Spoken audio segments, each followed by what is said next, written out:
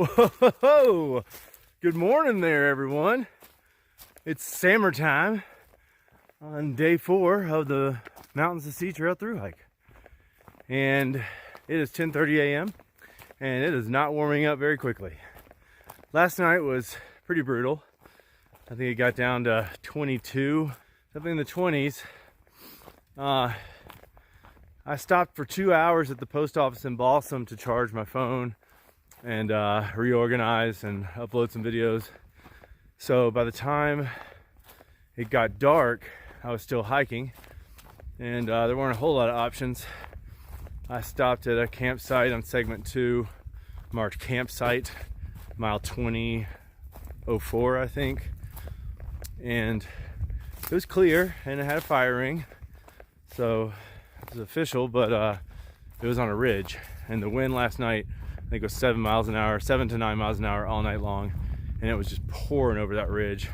And I had my tarp set up in a lean-to fashion to kind of keep the wind off of me, and I put my setup right near the fire pit, and in doing that, my tarp blocked the wind from the fire, which was good for me to get it started.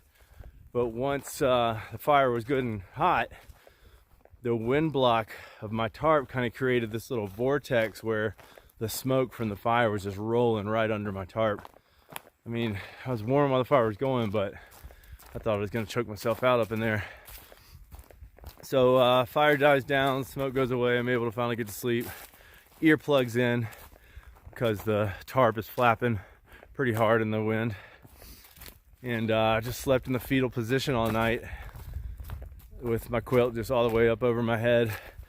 You can't stretch out if you got the quilt over your head because it's not quite long enough. So fetal position, and then have my phone and my extra battery and my Garmin and all that in my pockets to try to keep them warm. And I had my water bottle, and more importantly, well, both water bottles, and more importantly, my water filter attached to one of those bottles in my quilt with me to try to keep them from freezing. And somehow in the thick of the night, me tossing and turning and adjusting in the cramped little quilt, the water bottles got pushed out and they both froze. So I haven't had anything to drink today, and that's not great. But the water is starting to melt a little bit in my bottles, and we'll soon see if the filter, it's frozen now, nothing could pass through it, but hopefully it'll melt and not have cracked or anything. But maybe trying to figure out how to get a new filter pretty soon. Hopefully not. But once I got moving, sun's out now. It is starting to warm up gradually. I think it's gonna be in the 50s high today, and like the 30s, high 30s tonight. I hope. I hope not anything colder than that. That was no fun last night. But met a group of campers. The next campsite from mine, if I just pushed another half mile, I would have come to a way better campsite in a little clearing where I camped in 2012. And I didn't get to see the plaque because this other group was right beside it. But on the rock in the middle of the field, it says like Pappy's hunting ground or Pappy's site, something like that. It's like a memorial to someone that used to hunt or camp there or something. But I remember that being a pretty sweet spot last year, and it was definitely not on a, or not last year, but last time in 2012, and it was not on a ridge, so it would have been a lot less cold for me. But it is what it is. But those guys, there's a few of them. Let me change hands here, folks. Arm's getting tired. There's a few of them, and started asking one how their night went. Oh, I got some water here, people. Oh boy, oh boy, oh boy. Oh, that's wet. Oh, that's okay. We're totally wet. Oh goodness. Okay. And okay, that one's wet too now. 2 wet feet. Great. Okay. You can see the trail's a little wet there. Hurrah. Why are you guys distracting me? Get my feet all wet. Come on. So, anyway, started asking them how their night went, how cold it got. One of the guys wasn't too talkative, so another dude came up and said, hey, let me talk to you over here, and kind of took me aside He's like, hey, we're with an outdoor therapy group, and so the guys aren't really going to talk to you much about what they're doing. And he's like whispering this to me as he took me aside. He pulled me so my back was to them, looking at him, but he's watching them while he's talking to me. And funny enough, in 2012, I came across a similar group, and I had a full video camera, not just my phone, and I was trying to interview a lot of people that I met. And so I started to ask them questions. They're like, whoa, whoa, whoa, whoa, you can't take any pictures. It's against the rules for these guys to be on film or documented or anything like that. So I'd never heard of that before, but I was like, okay, I guess that makes sense. I guess for whatever reasons you have, I don't know what they are, but I'm sure they're right for you. But then today, when that guy said that to me, I was like, well, am I not allowed to like talk to them?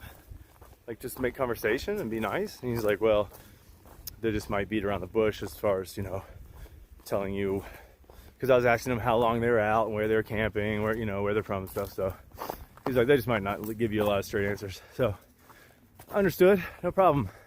So I walked on, said goodbye, have a good day. But I'm thinking here, I was kind of a troublemaker as a kid. And I just remember whenever anybody would kind of give me that title, a school counselor or a youth group leader or something, I remember people warning other people about, me. Oh, Sam's in your Sunday school next year, or, moving up to third grade. Oh, don't let Sam and so-and-so be together in that class, yeah. And I could have, it was either a running joke in front of me or I just overheard it or something. And hearing that kind of made me want to act like a troublemaker, like to live up to the title that they were giving me. So the third grade teacher who had been warned by my second grade teacher would get all she was warned about. I didn't want to deprive her of any of my shenanigans, especially since she knew what was coming, what was expected from me. So, I just feel like when you paint someone positive or negative, and that's the power of this, a certain way, that once they're seen that way, they kind of strive to be that way. And even if it's a bad thing, even if it's like, oh, that guy's a criminal, and let's not give him a job because he has a record and this and that. Well, I feel like the easy response for a lot of humans is to just lean into that and just continue. Well, if that's what you say I am, then I'm going to fucking do it, I'm going to be the best one I can be. But luckily, it works positive too, I was lucky to have some mentors in my life that positively reinforced my good behaviors. And then I, kind of started to lean into that. And I think I found a happy middle ground as an adult. Still have fun, but mind my P's and Q's.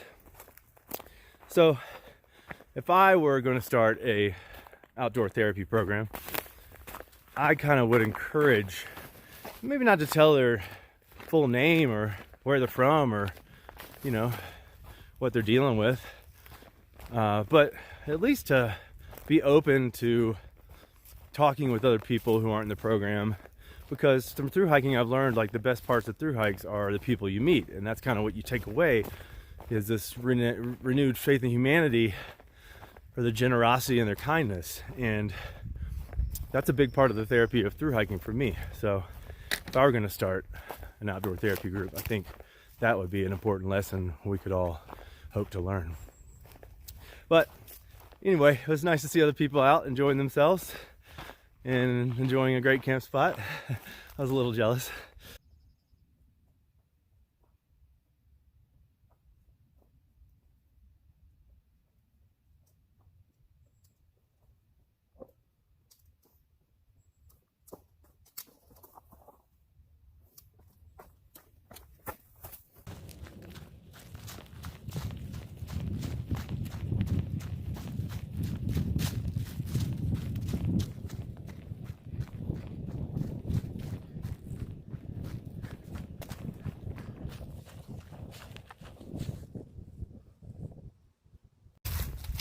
Now don't mind the man with the bottle in his pants. He's just trying to unfreeze his filter.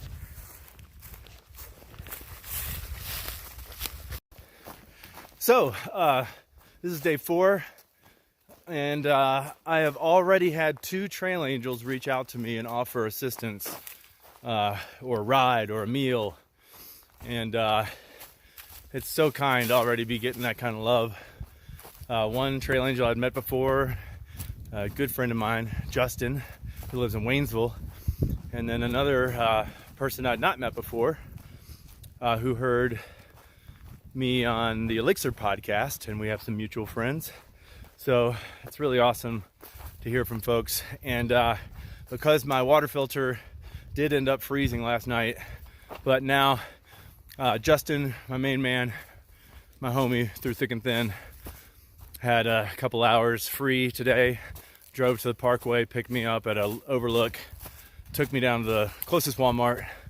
I got a new filter, new water bottles with better lid, and drove me all the way back. So took 2 hours out of his day to hook up summertime, and I sure do always appreciate that. Well, I mean, I had a pretty bad headache not being able to drink anything today, but feeling better now that I'm getting more hydrated. You gotta have that water, y'all. So thank you, Justin, so much for coming out, man. Love you. Oh yeah. Stepping, stomping, stepping, stomping, feel it in my butt cheek hips. Oh yeah, oh yeah. Said I feel it in my butt cheek hips. Stepping, stopping, stepping, stomping, I feel it in my butt cheek hips.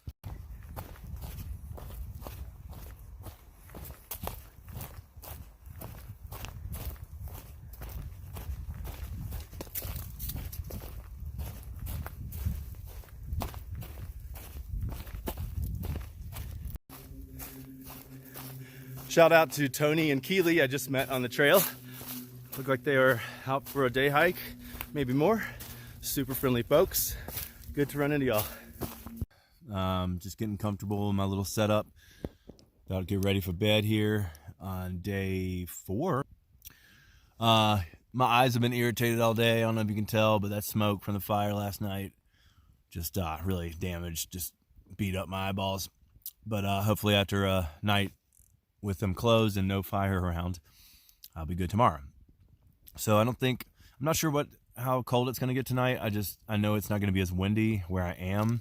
I'm kind of in a little mossy gully kind of area. And I got my tent, my tarp pitched really low back there by my feet and higher up here by my head. And the wind is coming from that way, if anything is coming, so should be groovy tonight. If I could survive last night, I think I'm good. So I've been here thinking about the journey and trail angels reaching out to help, and how much love community has. And it just reminds me every day why I'm doing this. And this is to bring awareness to brain injuries, that they can happen to anybody from a number of different traumas, and people don't talk about it very often, but it probably affects someone in each of our lives at some point. So lest we forget, this is a fundraiser for my good homie Dustin, hiking for my homie. We're trying to raise some money to help him cover the medical bills for his 41-day hospital stay.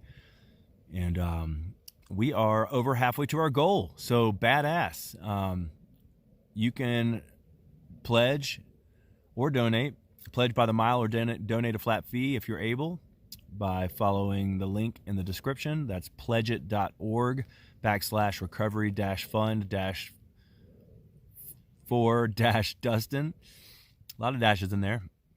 And if you have already donated or can't donate at this time, please share that link with someone you think might want to or be able to. And thanks for following along, everybody. I'll see you tomorrow.